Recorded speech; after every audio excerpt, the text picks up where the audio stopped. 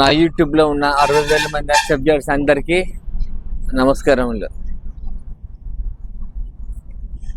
4 రోజుల క్రితం కంటి ఆపరేషన్ చేసుకుని ఉన్నాను. సంవత్సరం క్రితం ఎడమ కంటికి ఆపరేషన్ అయిపోయింది. 4 రోజుల క్రితం కుడి కంటికి ఆపరేషన్ అయిపోయింది. ఇది ఆపరేషన్ జరగటం వలన సేవా కార్యక్రమాలు కొన్ని రోజుల వరకు ఆపాను. కొన్ని రోజులు అంటే మళ్ళీ 7వ తేదీ నుంచి మళ్ళీ నా సేవా కార్యక్రమాలు మొదలవుతాయి. చాలామందికి బంకులు షాపులు పెట్టిస్తానని దివ్యాంగుల మిత్రులకి మాట ఇస్తున్నాను. ఆ మాట ప్రకారం మీకు షాపులు తప్పకుండా ఏర్పాటు చేస్తాను. మీకు షాపులు పెట్టిస్తాను. మీ కళ్ళలో వెలుగులు నింపుతాను. దివ్యాంగులకి సేవ చేయడానికే నా జీవితం అంకితం.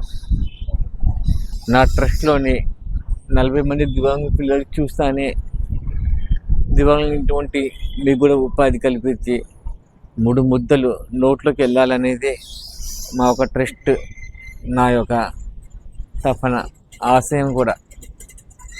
ఈ ఆశయం నెరవేర్చాలంటే మీరందరి సహకారాలు, మీరందరూ నన్ను అర్థం చేసుకోవటం కూడా ఉండాలి.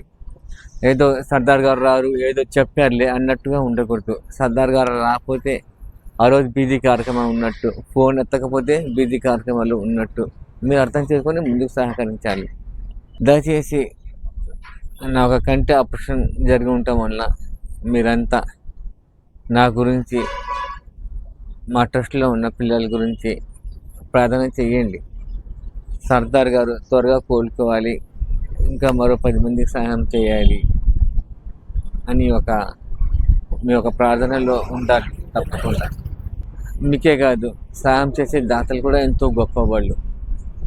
సహాయం చేసే ఆ దాతలు లేనిదే సూర్యశ్రీ ట్రస్ట్ కానీ మీ ఒక ఉపాధి కానీ లేదు.